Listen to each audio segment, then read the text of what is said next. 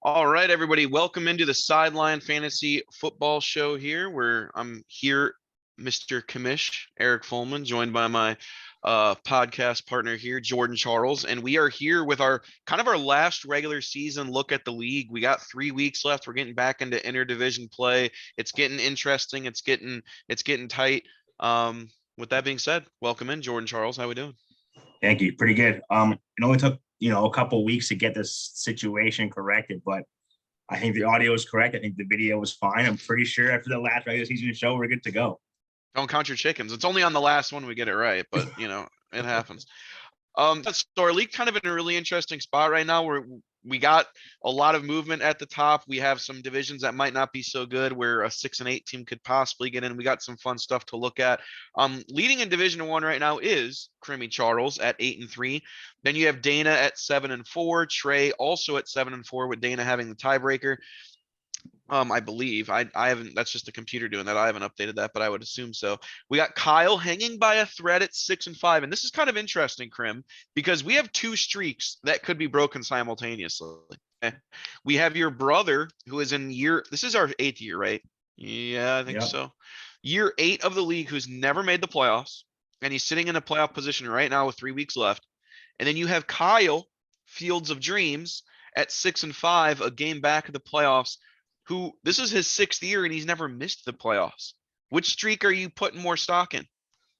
I got to put more stock into Trey breaking it. I mean, it's just 8 years, no playoffs. You got to eventually, get that done. Kyle, 6 years, every year in the playoffs. It's easier to make it. It's easier to miss it than it is to make it. And I feel like right now Trey has it and we have 3 weeks left. So I got to think that Trey kind of holds on. It's going to be close. Kyle's doing everything he can to kind of scratch and claw and stay afloat there in that division. Rounding out, which they are, I think, basically mathematically eliminated, is Pistol Pete's Platoon at 4-7, and also newcomer Bryce at 4-7 as well. Flipping over to Division 2, we have Rob surging out in front. Finally has made a trade, which we'll get to here in a little bit. He made 2. He's won 5 in a row. He was at 3-3 at one point. Now he is 8-3. Tyler at 7-4, despite being like the 8th highest scoring team in the league, but he's winning the games he needs to win. Jay at 6-5, and there is myself at 4-7, not feeling too hot. And for lack of better words, but I think Dave does have a path to get in, but it's an extremely small path where me and Jay would both have to finish 6-8. He's 3-8, and then rounding it us out is unsurprisingly Chad at 2-9. Any thoughts looking at the standings before we really kind of dive into it? Yeah, I mean, not without kind of giving up information that we'll kind of speak on later on. But I mean, for the most part, things kind of played out the way we thought at the beginning of the season. Yeah, for sure. I mean, we did predict those playoff predictions at the beginning of the year, and just, I mean, let's say it right now. What were our playoff predictions for Division 1 to start the year? You got them on. Yeah, Division 1. I'll start with you. You had myself, Dana, and Kyle. So you picked Kyle to kind of keep the streak. Kyle needs to sneak in. Dana and I are fighting, for that top spot still. So those are pretty solid picks on your end. For myself, I picked Kyle, and Bryce. And Bryce's team has been a letdown for sure this season. Even you said there's a chance he sneaks in, and the team wasn't that bad looking at it right after the draft. But, that's football. Shit happens. Doesn't play out the way you think it's going to every time. And Bryce is now sitting at the bottom of the division. Yeah, and of course, I picked these playoff teams before your 8 trades and Dana's 7 trades and all that stuff. But I mean, hey, predictions are predictions, right? So not too bad there. I could go 3 for 3 if Kyle pulls it together. We'll see if that streak stays alive. 6 playoff clinches in a row. What about Division 2? What did we say preseason on Division 2? Division 2, we were exactly the same here, so there's no disagreements whatsoever just because the division is shit. We had you, we had Jay, we had Rob. So, I mean, again, here, it's possible. You're the odd man out, but I mean, yeah it would take Tyler to kind of fall out of it to make that, a 3 for 3 for us. But really, those 4 teams fighting for a spot, or I guess fighting in the playoff race right now, are 3 of the guys we picked. So, I mean, we knew Dave's team was going to be pretty bad just because it's what Dave does. And Chad's team, it looked half decent. He got hit with a lot of injuries, I'd say, this season. But at the same time, I'm not too surprised with the 2-9 record. Yeah, and what's crazy too is, I mean, if you think about it, if I lose this week and Jay wins, all three playoff teams are clinched in Division Two with 2 weeks left to go. So at that point, it only becomes seeding. It's pretty crazy when you think of how close some seasons have been. That after this week, we could theoretically have all three teams clinched in Division Two. Division One. What is the status on the bye? I know you've done the homework being the Division Yeah, One leader. I've I've What's your uh, status on the bye? I've done my homework. I think right now as it sits, I've only lost to Bryce in the division, so he's the only guy who would have a tiebreaker over me right now. So So if someone would actually have to take over the wins to yeah, beat you. yeah. So I do play Dana this week. So even with a loss to Dana, I beat him week 1, so we would be tied with our record. So I would still hold on to the top spot there. But I Oh, mean, with I total think points. yeah. So I think that if I win this week, I have a 2-game advantage on Trey, and I play Trey next week as well. So I'm pretty sure from what I've looked at, it seems like if I win this week and Trey loses, I clinch. It might still even be if I win, I just clinch anyway, just because Trey can't tie me, but it comes down to points, and I'm already like 100 something points up on him. So it's really a matter of this week. Trey loses, I win. I think it's done for the bye. Yeah, and I know it gets brought up every year, but remember, for anyone listening, it is obviously head-to-head record first if two teams are tied at the end of the year, and then and this is why I always have to change the playoff settings. NFL.com does it a little differently. I don't even know how they do it, because they don't always take three from each team, three from each side either. It goes by total points. So if for some reason you guys split 1-1 in a season, then it goes to total points, not points in a matchup. I know some leagues do that. I don't like it. I think you should look at your whole season's body of work rather than just the two matchups that you face each other in. But it is head-to-head record and then total points on the season. So yeah, getting pretty close there, getting pretty tight. And obviously, with that being said, since the last time we were on air, which was after the conclusion of week 7, we have had a lot of trades. Now, obviously, we're not going to spend a ton of time on each individual trade, especially with teams that are kind of out of it right now. We're kind of going to still look at it, the impact it's had, but we're going to kind of fly through some of these because the waiver wire did get heated up. So I believe the last trade we talked about was the one we were on the air with, which was the Jalen Hurts for Russell Wilson, Mozart, and Kareem Hunt trade, which means the next one would be Adam Thielen for Deontay Johnson, a straight 1-for-1 trade there between Jay and Dana. Thoughts on that one? I mean, I just felt like it was more of a trade that Jay had made to acquire a talent from his favorite team amidst his playoff run. And Deontay hasn't looked, bad, but not anything sort of great either.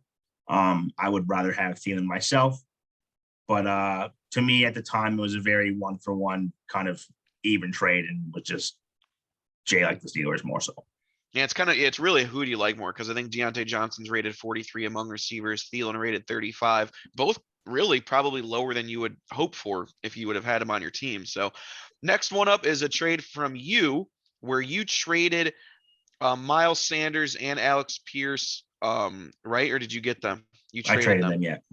And then you got Adam Thielen, who we just talked about, and Chris Godwin. So you loaded up on receivers, traded Pierce back, who at the time was on fire. That's when he was kind of, I think, going through his little streak there where he had a few good games in a row. Hasn't quite been there since. And then obviously the big name in this one would probably be Miles Sanders, based on production this year. Thoughts on it? Yeah, I mean, at the time, I was more so trying to solidify things. My running backs looked good, so I wasn't in a position to kind of not trade one away. I needed a wide receiver 2, and Chris Godwin with the amount of targets he's getting has just been absurd. So, I mean, relying on that week in and week out with it being Brady, I felt like I was pretty comfortable with making a move like that. Yeah, and Godwin really, since he's come back in week 4, he's never really had like a super like even bad week. I think his lowest week has been 7. He's been the model of consistency anywhere between 8, 9, 10, 12 points. So he's actually done pretty good ever since he's come back. Nothing great, nothing earth shattering, but pretty solid there. Next trade up will be, again, this is why it's kind of hard to talk about trades because sent Thielen right back away. He's been being passed around. Thielen and Dobbs for Jamar Chase, which was obviously a huge trade. Chad's out of it now. So we can see maybe why he did this to try to get some depth. Dobbs was the number 1 target for a little bit. Thielen, and then obviously Jamar Chase got hurt. He has not played for you yet, correct? No. Right. And he did he get traded again? I've got to look because you make so many damn trades. Oh, Jamar, no, not. Jamar's still on my team. Okay, so obviously you traded, and based on where you are in your situation, you're still the 1 seed. You're able to give up Thielen and Dobbs, and now you're kind of heading into that last stretch now with Jamar Chase hopefully coming back. Overall, you got to look at this as a win, right? Yeah, for sure. I mean, it was just capitalizing on the injury. Chad's team was essentially falling out. He needed some players to actually try to win games with, and he had made an ultimatum of, hey, I'm trading Jamar tonight, send your offers. I may have been the only offer there. I don't think that this was necessarily a bad trade for Chad, because if you look at Romeo Dog at the time before his injury, he was, half decent. I mean, he had some games where he was okay and some games where he wasn't, but Christian Watson was injured. Romeo was kind of the guy there in Green Bay, and I think he was just kind of an add-on for that because Thielen was pretty consistent. But yeah, I mean, I'm taking on the risk of Jamar, holding on to him for a month. He hasn't played, it hasn't really hurt us, so I mean, it was, in my mind, a pretty solid trade. And we talked about your team last time, how you were loaded up on stars, and here you are getting another star. And you hopefully, if your team is fully healthy come playoff time, there's a lot of star power on it for sure. Next trade is going to be one that involves me, where I traded Gabe Davis, not really willingly, but it was one of those things where I was so lacking on depth. I needed running backs badly, and I got 2 bad running backs in Gus Edwards and Darrell Henderson. Gabe Davis hasn't been terrific since I've gotten rid of him, but he's definitely been better than the combo of Edwards and Henderson, where Henderson's even switched teams. He's not in line to play this week because he switched teams, and Gus Edwards hasn't really seen the field. Yeah, I mean, I feel like at the time it was a win of a trade for you because you needed the running backs. Your guys had gotten hurt. You lost Brees.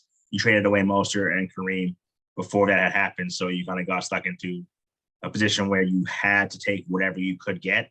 This was the best that you could have gotten, I feel like, because Gus Edwards at the time wasn't bad. He was the guy. He obviously got hurt too, but getting Darrell when he was the lead back in LA was solid. I felt like it was a good trade for both teams, but unfortunately, it just kind of backfired for you a bit, and it hasn't really worked out for Colin necessarily either. So, right? No, not really, not too much. Davis has been solid, and he's obviously startable right now, which I guess is better than anything Edwards and Henderson's giving. But another trade would be Darren Waller and the New England Patriots defense, who Darren Waller's now in the IR, so Rob kind of got screwed on this one. That's plain and simple. But for Pat Fremuth, who right now is ranked as the 6th tight end, and even though he's only had a couple weeks over 10 points, he's about as consistent as a tight end as you can get in a fantasy football league. Quickly, what do you think on that one? Yeah, I mean, it was just a Rob traded for some upside in Waller. If and when he comes back, maybe we don't see him back this year. But the Patriots defense, ever since he's acquired them from week 10 and on, I think he played them once because they were on a bye. So 17 points, had 2 this week. I mean, they played mini, was a shootout randomly. So I can't really knock them there. But I mean, they've been pretty solid. The number 1 ranked defense in the league for fantasy. They're a team that's going to probably either give you 5 and be, kind of middle of the pack there, or give you 22 and win you a week. So, I mean, the defense has the upside. It's kind of the best piece of the trade. Yeah, no doubt about it. And especially if you look at when he got them in week 10, they have been producing pretty good. So you don't really see defenses being traded that much, but in that case it was. Next trade coming up is again another one that involves me, and it involved a couple Bengals. I traded Joe Mixon, and I love my running backs, so it was really, really hard to do. And I got Tyler Boyd and Dameon Pierce on the outset there. This happened week 11, so this trade was right at the deadline. Week 11 trades, we're talking deadline trades here. Didn't really want to do it, but it somehow kind of weirdly worked out because coming off his 53-point game, he had a bye. Then he had 7 last week, and now he's got a concussion, so he's not even playable right now. And I got Tyler Boyd and Dameon Pierce, who Tyler Boyd really wasn't all that great last week either with people coming back. But Dameon Pierce wasn't also. So this trade really hasn't helped anyone yet, but it's still kind of early in the trade's life. What do you think about this one? Yeah, I felt like it was something, again, you kind of were forced to do. Your team's been ever changing with injuries, and you needed to kind of not really shake things up, but just keep your season alive. So that became something like this. Dameon Pierce was playing well, so I can't not keep taking him on. They brought in, Benjamin, which I don't think really hinders him a lot. But, I mean, you got 2 solid playable pieces. You played them. They didn't do very well, but I don't think that kind of deters you from playing them again. I do think that this trade actually worked for both sides. Yeah, we'll see how it pans out. We'll see if, I mean, Dane's looking like he's in a good playoff spot, and kind of let's keep talking about him as he makes this next trade, which I think is actually one of the more interesting ones. He traded away Mark Andrews. We know he's had kind of tight end depth on his team this whole season, so he finally was able to pull the trigger. He traded Mark Andrews to Rob, who obviously had Darren Waller, and he got Jeff Wilson and Terry McLaurin back. Now, Jeff Wilson is getting a lot more touches there in Miami. I know Dane was really high on him these last couple weeks. He's been great playing Chicago and Cleveland, had the bye last week. Also got Scary Terry, who I know you're not always the biggest fan of, but again, goes out and is producing yet again as a wide receiver #1 this year, as he always does, because he's a good football player. I don't know why people are low on him. Overall, I think Dave did pretty, or sorry, I think Dana did pretty good here. I think Rob did fine here as well, getting Mark Andrews. You can't complain. And I think Rob had a little bit of the depth to make this move, but I really like the return Dane got here. Yeah, I like the return Dana got here too. I think that this was kind of a trade that Rob maybe made just to kind of make up for what he had done with Waller, now that he saw that he went on IR and then kind of isn't likely to come back anytime soon. You need a tight end. You're not going to play both Waller and Andrews, really. So you're giving up assets that were, in a sense, expendable for him because he has Kenneth Walker, he has Derrick Henry. He felt like he had the running back depth to do it. And I think for Dana, it turns out to be a really good trade down the stretch because Mixon's out. Here comes Jeff Wilson playing the Texans. It worked out in his favor there. But even just having Mixon, having Wilson, having Eckler, those running backs are pretty reliable. So I feel like this trade was more so a win for Dana, and for Rob kind of fills a hole, but I don't think really is something that he necessarily needed to do. His team was pretty loaded beforehand, and obviously he had the depth to be able to make that move. Again, Rob was pretty off. I mean, he's made, I think, only the 2 trades this year, I believe, if I go back long enough. Yeah, the one for the tight end and then this one. So it's kind of interesting to see the moves he did make. Next one is Rondell Moore for George Pickens, just a straight 1-for-1 trade here. Jay gets rid of both these receivers were really kind of on the up and up. Pickens has been doing well lately. Rondell Moore was on a pretty good tear until these last couple weeks. Really just a quick 1-for-1. Who do you like more? Yeah, I think it was more so Jay having to get rid of Pickens because he has Deontay. I know he was shopping him before, so he didn't want to play both Steelers receivers. He got Rondell. Rondell gets hurt. So, I mean, it could be something that, might cost him down the stretch, sure, but it wasn't really a trade that neither team was going to benefit the most out of because both guys had a receiver on their respective team. Dave with Hopkins, Jay with Deontay Johnson. So you kind of just need to get rid of one, just so you're not kind of stacking them unnecessarily.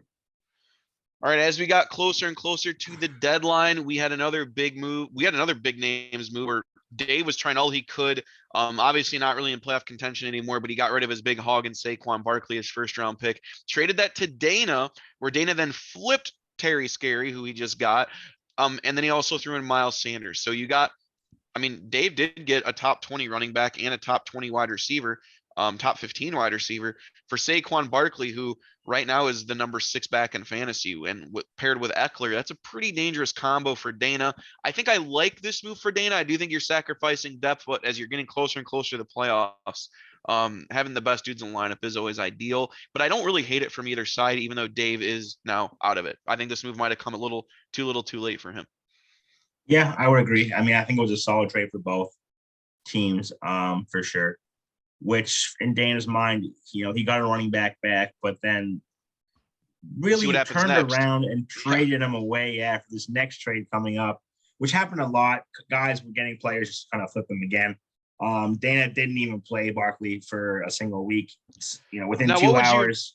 I know he asked. I know he was asking around. It's really tough. It's really a coin toss of who do you like more between JJ and Barkley, and not even looking at your team, because I'd probably look at it from my team's perspective, your team's perspective. If you're Dana, you're looking at Dane's team. Would you rather have JJ or would you rather have Barkley heading into the final stretch? I would rather have Justin Jefferson just because, to me, he's been the more explosive player this year, and to me, he's more matchup proof.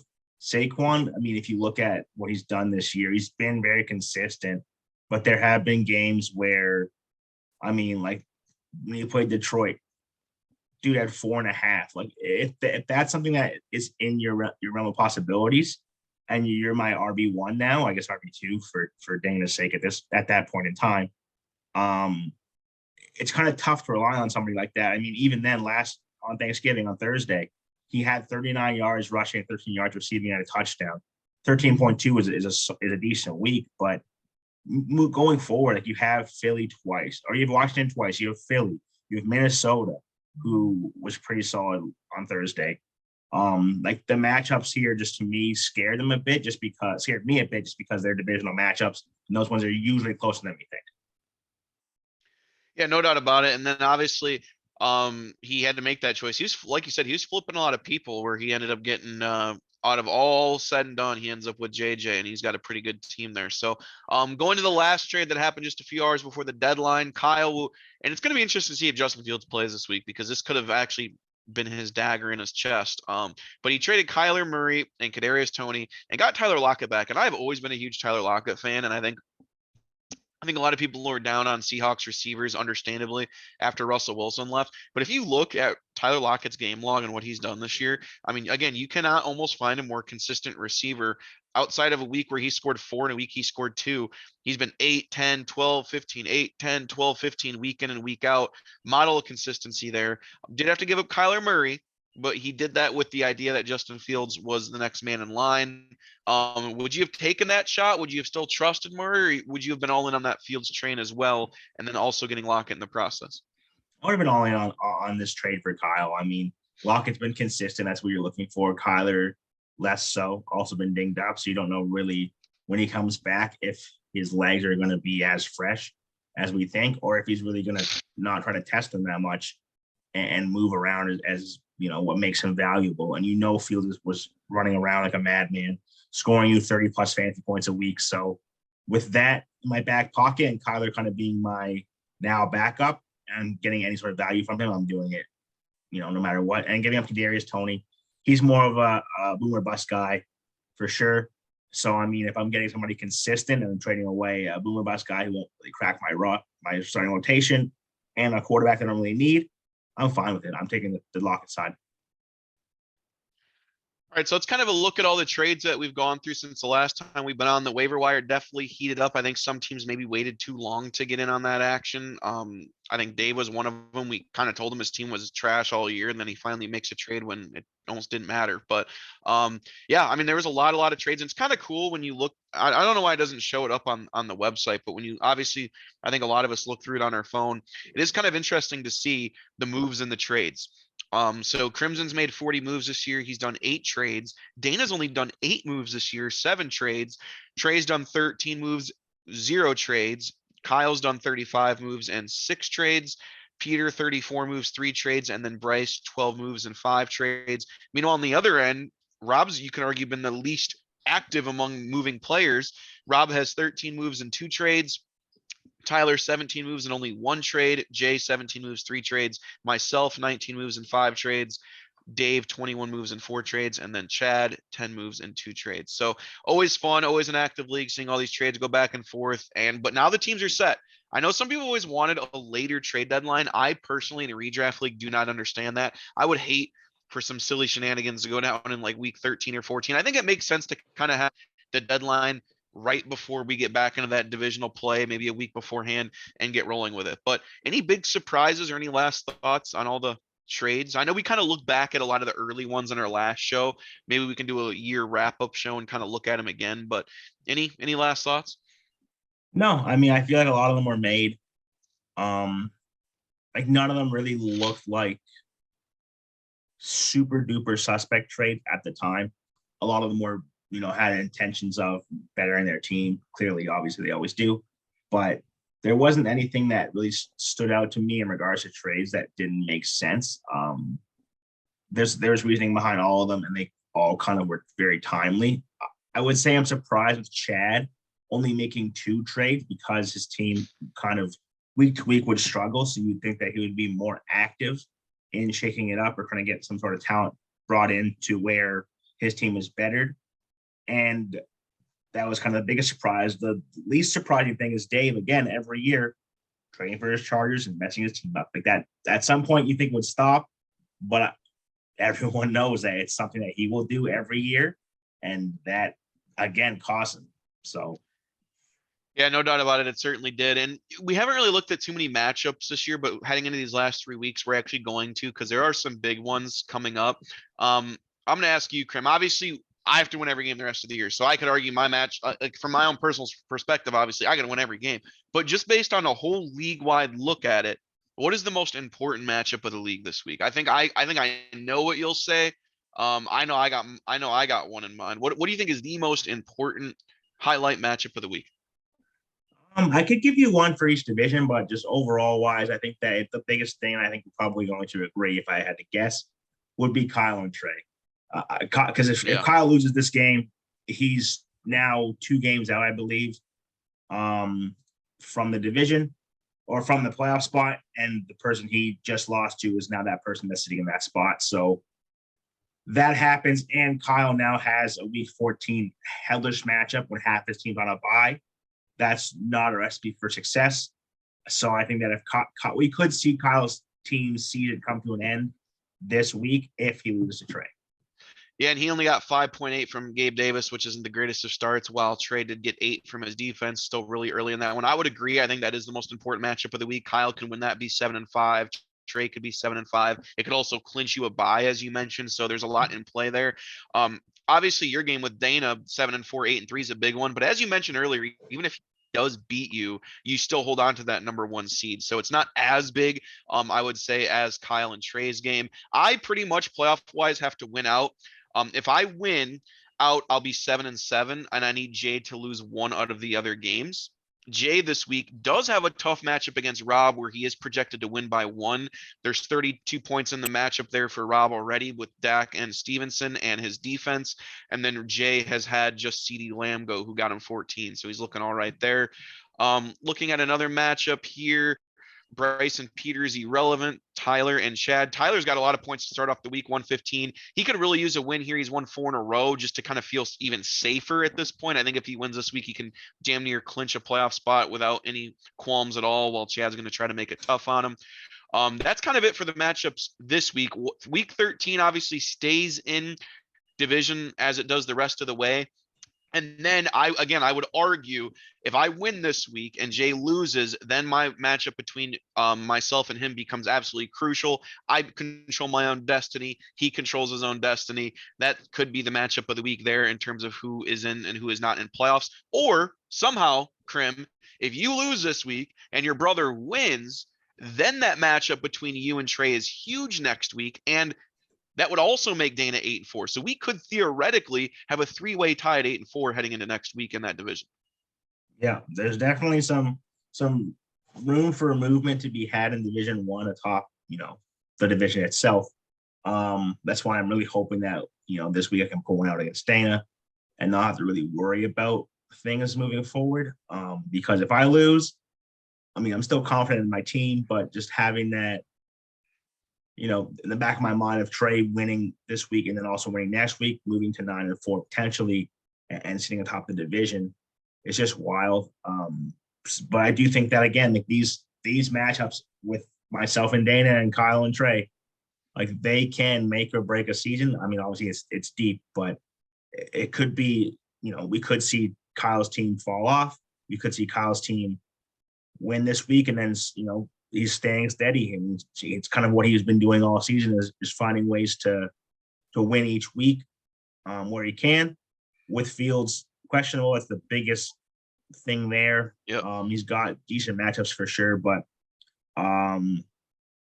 it's just tough. If there's no Fields, he has Geno, cool, whatever. But this is a team that, if things work out and he is to win this week and continue his streak, maybe getting back Marquise Brown moving forward, that may help. But again, week 14, I'm just going to click in here just because, you look at Kyle's team, he has to play Dana. Yeah, it's just by Central, no Fields, no Kamara, no Montgomery, no Aaron Jones. So you're missing, your star quarterback, your 3 running backs. So I know he's set himself up to play Pacheco against Denver, to play Marlon Mack against Kansas City. Like, you have these options. You'll play Geno against Carolina, which isn't awful. You'll have options for sure, but I mean, that's a really tough hill to climb. And I know he wanted to make a trade before the deadline, to solidify himself week 14. But there was a time where we were talking. He wanted one thing from me. I wanted one thing from him. We couldn't really work it out. But not that my trade with him could have helped them, but a trade with anybody to have any sort of firepower in week 14 could have been massive, because if I look at this team as it is, nothing week 14 really scares me. And I think that might be what screws him over this year, is just not making that crucial move to cover your week 14 buys. Yeah, and I know he's trying to take it one game at a time, but with that many 14 buys, that would just be tragic if he does get himself in a good position to compete, and then week 14 he's just done for. Another one to pay attention to is, obviously we talked about Rob and Jay playing, or sorry, Jay playing this week. If Rob was to somehow lose that game, which I hope he doesn't, but if Rob was to somehow lose that game and Tyler wins this week, they will go against each other next week at 8-4 and 8-4, possibly for the bye in the division. So that's another big one to look out on. A lot of these are what ifs on who wins. So I don't really want to go to like week 14 entirely and look at all the games, but they are some big division ones here. But kind of looking at these next 2 weeks, a lot of what ifs, a lot of big things can pop out. And we will see. We got some really interesting matchups. Every matchup is actually underway because of the Thursday games. So we'll see what happens. With that being said, I know you're going to say that you're the best team in the league, Cram, but what team come playoff time scares you the most? I'll keep this short just because we have 4 minutes here left, because that's when we want to kind of cut into another one. Playoffs, I'll give you 2. Playoffs come up. It's me. I'm playing whoever, hopefully round 2. I would be afraid of Dana's team because it's kind of rounded itself out to where it's pretty balanced and it doesn't really have many holes. And I think I would be afraid of Rob's team, just because Derrick Henry's playoff schedule is pretty good. That man alone can kill a week for you, and that terrifies me. So I would say Dana and Rob are my 2 biggest concerns when it comes to the playoffs.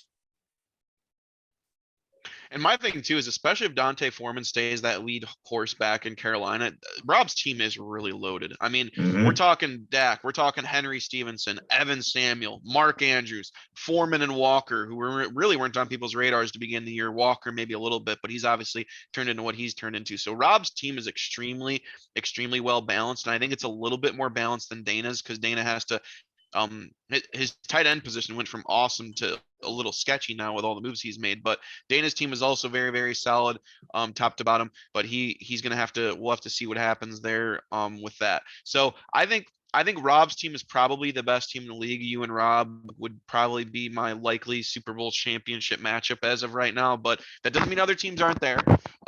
Quickly, as I always like to do, I like to go to the breakdown. The breakdown says that Krim is the best team in the league with 87 wins, 34 losses through the weeks. He's actually gone at least 10-1 or better these last 3 weeks, which is crazy. Trey and Rob, they say, are tied for the second best team in the league based on the breakdown. Jay at 4. I am at 5. Dana's at 6. Kyle's at 7. And there's one of our playoff teams, Tyler, at 8. But hey, that's how fantasy works. He's winning the games he needs to win. Dave at 9, Bryce at 10, Peter at 11, and again, unsurprisingly, Chad at number 12. So that's kind of a fun little look at the breakdown there. I sometimes like looking at the coach thing, but sometimes the coach thing just means your bench is ass and nobody scored on your bench. So it makes you look like a really good manager when you might not be. So the breakdown is usually kind of what I like looking at. But that's kind of a look at our league. I know you said we're down to a couple minutes here, Krim. Is there anything else you wanted to kind of quickly go over or talk about before we wrap up? No, I feel like we've done what we needed to do here. I'm excited to, see the playoffs, in action. Maybe we come back and do a pre-playoff show, just because, again, it'll be 3 weeks from now. But don't forget to spend your budget money, Krim. Don't forget to do that. Don't forget to spend your budget money, guys. You cannot keep the money into next year. So if you want to spend $26 on a second string running back, you do that. If you think it makes your team better, or maybe it's a fly you want to take on somebody, you do that, because we see guys here, Daniel with 80, Trey with 65, Bryce with 90. It doesn't really matter at this point. Rob with 90. I mean, you cannot keep this money going into next year. So you might as well use it now for things that you think may help you win. All right, all right. Well, with that being said, I want to thank everyone for tuning into the Sideline Fantasy Show. A little bit of a quicker one, which was kind of easy and peasy because so many teams are out of it. A few teams are out of it. But yeah, like Krim said, hopefully we can maybe do a quick little playoff show when we get the 14 or the 6 teams squared away and kind of take a look at that and see what happens. Hopefully I am in it, but it's looking a little bleak right now. But yeah, thanks for tuning into the Sideline Fantasy Show, guys. We will talk to you soon. Signing out.